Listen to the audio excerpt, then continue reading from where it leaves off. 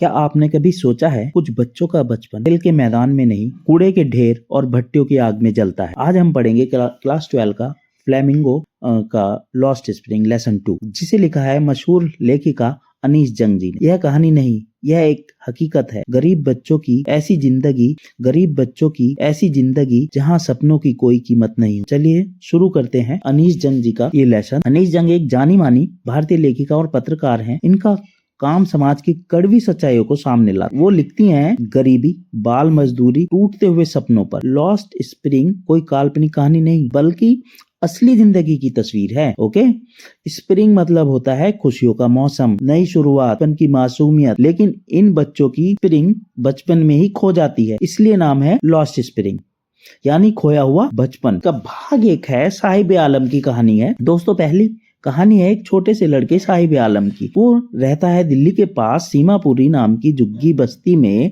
साहेब रोज कूड़ा बीनता है। कूड़ा नहीं, सोना है, क्योंकि उसी में से मिलता है उसका खाना, उसका पैसा, उसकी जिंदगी के सारे जो भी जरूरतें हैं उसी से पूरी होती हैं। इसलिए कूड़े को सोना भी कहा गया है। वो कहता है मैं सोना ढूंढ रहा। लेखिका पूछती है साहब तुम स्कूल क्यों नहीं जाते? साहब मुस्कुराकर कहता है मैं स्कूल जाऊंगा मैडम, लेकिन पहले मुझे कुछ खाने को चाहिए। एक बार तो वो कहती हैं कि आप स्कूल जाना चाहते हो? तो साहब कहता है कि हाँ मैं स्कूल जाऊंगा। क्या आप मुझे क्या नाम मेरे पास कोई स्कूल है, मतलब आसपास कोई स्कूल है? तो लेखिका कहती है कि हाँ मैं स्कूल बनाऊंगी, आपको स्कूल भेजूंगी। वो फिर एक बार मिलता है मैडम से, लेखिका से एक बार जब मिलता है तो वो पूछता है क्या स्कूल तैयार हो गया है? तो वो झेप खा जाती है लेखिका कि स्कूल इतनी जल्दी तो बनता नहीं है। दोस्तों सोचिए, जहाँ पेट खाली हो वहाँ किताबें पढ़ी जा सकती हैं। जो साहिब है वो नंगे पैर रहता है। साहिब हमेशा नंगे पांव रहता है। लेखिका पूछती है तुम जूते क्यों नहीं पहनते?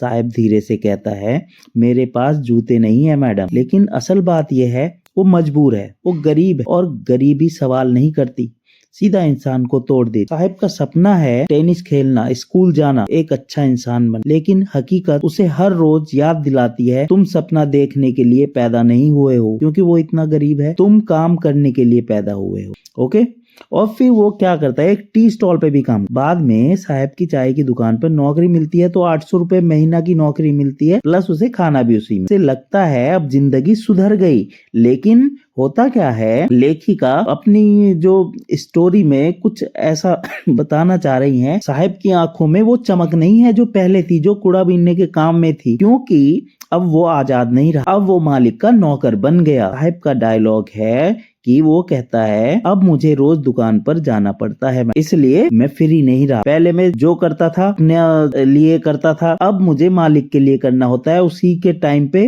दुकान पे जाना होता है और जब वो छुट्टी करता है तभी मुझे आना होता है। इसलिए उसकी चमक भी गायब हो चुकी है। उसका पहले अपना काम। अब दूसरा भाग है इस स्टोरी का। मुकेश जो है वो फिरोजाबाद में रहता है। आपको पता है फिरोजाबाद चूड़ियों के लिए मशहूर है और वहाँ कांच की और चीजें भी बनाई जाती। उत्तर प्रदेश में है फिरोजाबाद। ये शहर मशहूर है चूड़ियां बनाने के लिए। यहाँ बच्चे बचपन से ही चूड़ियां बनाते हैं। बचपन से ही मुकेश की एंट्री होती है। वो एक गरीब लड़का है, वो भी चूड़ियां बनाता है, लेकिन मुकेश बाकी बच्चों से अलग है। वो कैसे? सपना देखता है कार मैकेनिक बनने। लेखिका जब उससे पूछती है मुकेश तुम क्या बनना चाहते हो? मुकेश आंखों में चमक लेकर कहता, मतलब एक कॉन्फिडेंस के, मैं कार मैकेनिक बनना चाहता हूँ, मैं ये चूड़ियां नहीं बनाना चाहता। दोस्तों, गरीब में भी सपना देखना, मतलब गरीब होते हुए भी सपना देखना हिम्मत का काम होता है।